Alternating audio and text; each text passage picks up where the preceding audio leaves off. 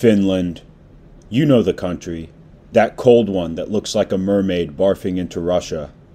It's the realm of reindeer herders, sour milk, and smoked herring. The fermented, protein-rich diet has constructed a slew of tremendous strength athletes.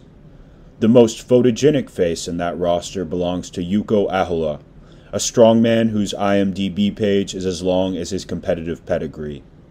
You might recognize him as Kauko from the TV series Vikings, or Odo from Kingdom of Heaven.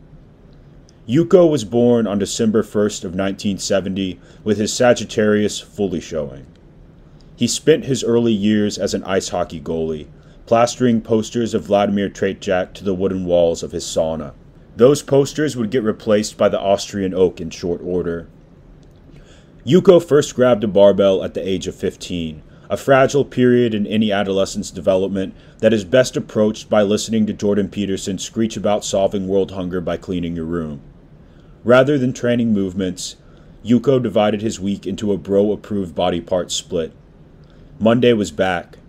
Tuesday was chest. Biceps got 8 hours on Wednesday, and a Rich Piana-approved move. Thursday was shoulders and triceps. Friday was feet, by which I reckon Jouko meant legs. But let's hope he actually spent 3 hours picking up marbles with his toes. Since Jouko made rent as a carpenter, we can surmise that he trained hands on all 5 of those days. Weekends were reserved for bear worship and posing practice under the midnight sun's half-natty lighting.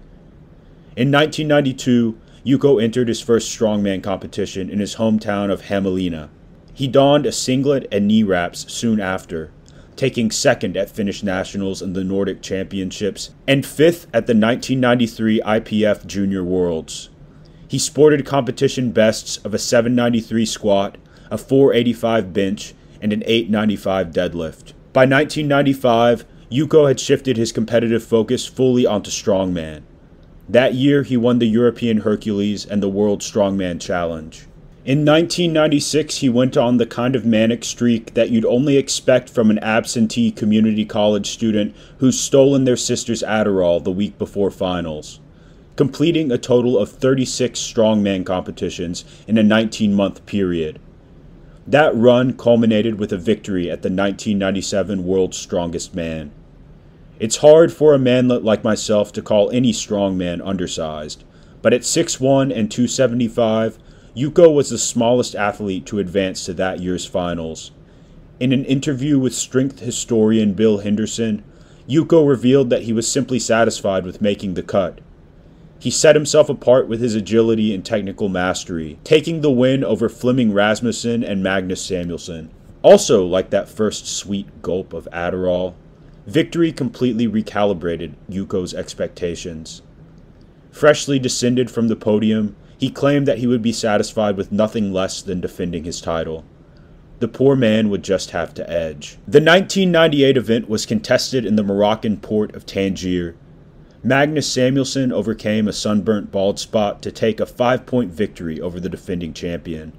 The following year, the athletes met again in the land of desktop wallpapers, the island country of Malta.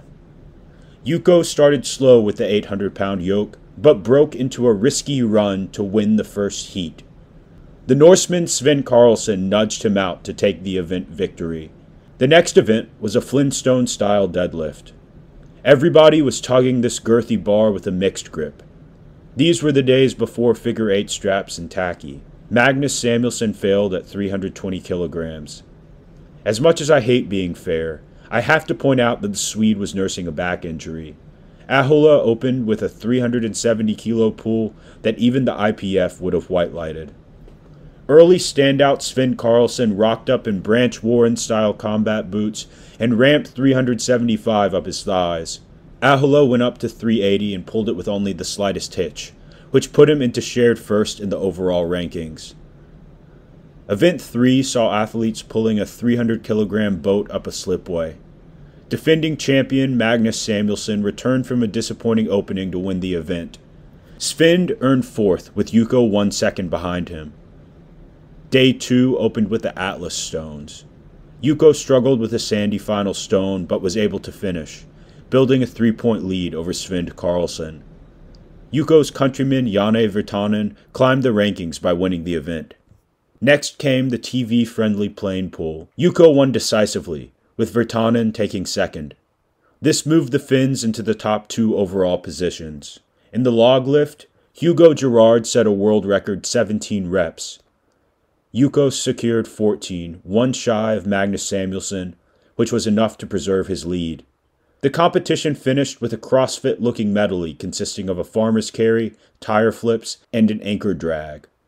Jouko finished on the heels of Sven Karlsson, reclaiming his crown and cementing his legacy. My good friend Magnus Magnusson, he said that you can win it once, but if you can do it twice, then you are a real champion, and I think I am now. Later that year, Jouko and Janne Virtanen would win the world's strongest team. Their shared victory served as a subtle passing of the torch.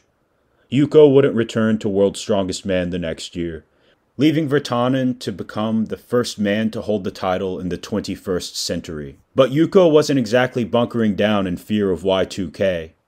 In a classically ambitious Sagittarius pivot, he was pursuing acting. He appeared as Zishe Breitbart in Werner Herzog's 2001 drama Invincible.